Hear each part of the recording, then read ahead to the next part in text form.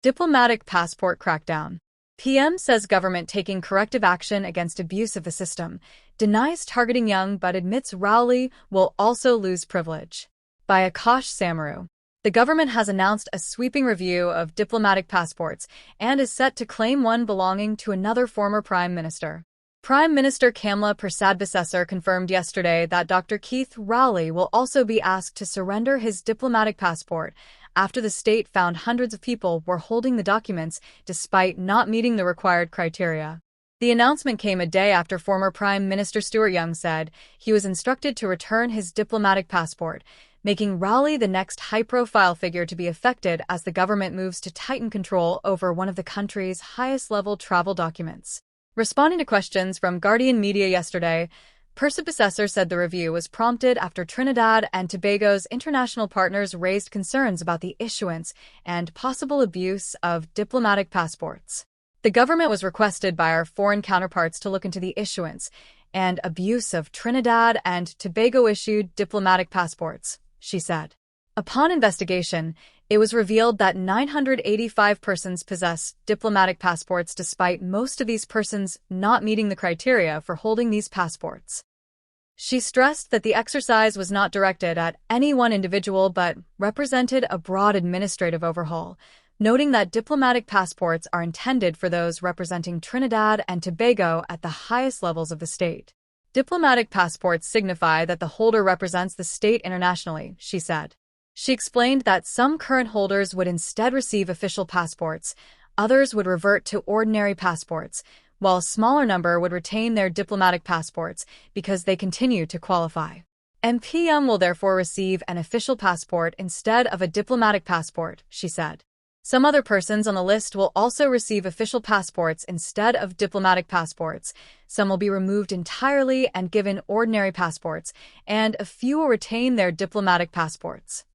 The Prime Minister also rejected suggestions that the changes amounted to punishment.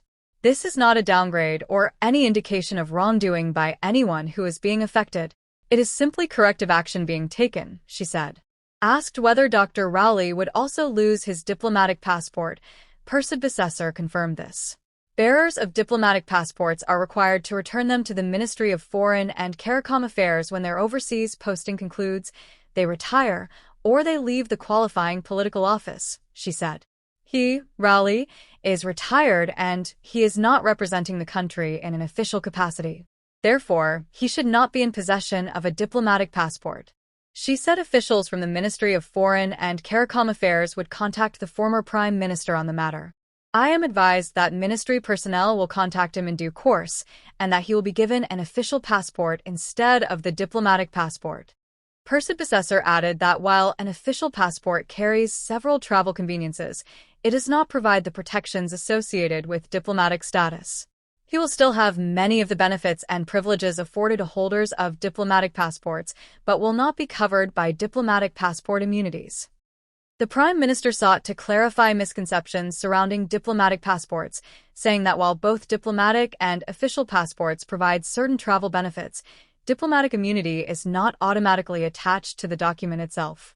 Both the diplomatic and official passports confer special benefits. However, immunity only applies to diplomatic passport holders and is strictly granted by the receiving country based on official Vienna Convention accreditation, she said.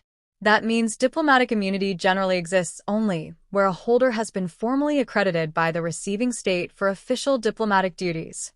Works and Infrastructure Minister Gillian John sought to minimize the significance of the controversy yesterday, saying she did not understand the political attention surrounding the issue. This time I did take a diplomatic passport. You know, when I was minister at first I never did that. My passport was just as good, she said. What is the big deal? I mean, I don't know. I don't go to diplomatic lounges and so on. You just want a plane to take you from here to there safely and you go through immigration and customs, and that's it. I don't see really what is the big deal. John also dismissed Young's criticism of the government's decision.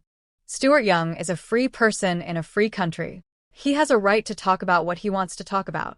So these things are not things that bother me.